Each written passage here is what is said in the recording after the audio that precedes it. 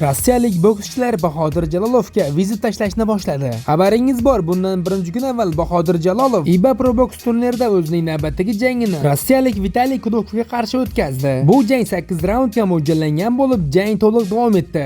Va yakunda hakamlarning qaroriga ko'ra Bahodir Jalolov g'alaba qozondi. Bu to'qnashuvdan so'ng rossiyalik yana bir jangchi Murod Xalidov Bahodir Jalolovga vizit tashladi va uning jangi va uning faoliyati haqida keskin negativ gaplarni gapirdi. Murod Xalidovning gaplari: Men Bahodir Jalolov bilan jang qilishni xohlayman. Hammangiz ko'rdingiz uni nimalarga qodirligini. Agar u rekordidagi 0 yo'qlashni xohlamasa, men bilan jangni qabul qiladi.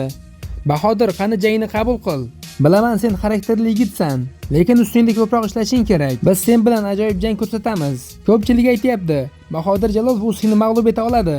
Sen bunga qanday fikr bildirasan? Ha, u oldin meni to'xtatsin. Shunday qilaylik, kelinglar, u meni oldin to'xtatsin. Uni bugungi jangi o'siga hali borligini ko'rsatib qo'ydi. Keling, obyektiv fikrlaymiz. Hech kimga tashlanmagan holda hurmatsizlik qilmasdan obyektiv qarasak ham bu ko'rinib turibdi. Ilgari uni janglarini ko'rib men qoyil qolgandim. 2 karra Olimpiada chempioni, 2 karra jahon chempioni edi. Lekin bugungi jang buni aksi bo'ldi. Bir nima deyish qiyin, balki tayyorgarlik qiyin bo'lgandir. Lekin bitta narsa aniq, o'sigacha hali bor. U oldin mendan o'tishi kerak.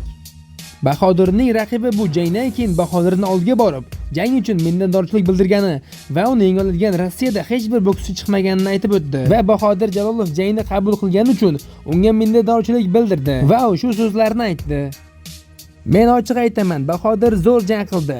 Men yana bir bor aytaman, Rossiyada Bahodirni yengadigan og'ir vaznli bokschi yo'q, chiqmagan. Men Bahodirga podxod qo'yganim yo'q. Men to'g'risini aytaman. Usyk, Fury, u hammasini yengadi. Bu jangdan keyin Bahodirga qanaqangi fikrlar bo'lishini menga qizig'i yo'q. Men bir narsa aytaman, u haqiqiy chempion.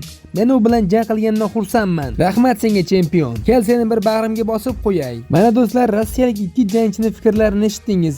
Birining fikri odamning asabini buzsa, biriniki esa xursand qiladi. Do'stlar, siz bu fikrlarga qanday fikr bildirasizlar? O'z fikrlaringizni kommentariyaga yozib ketishni unutmanglar. Sog' bo'linglar.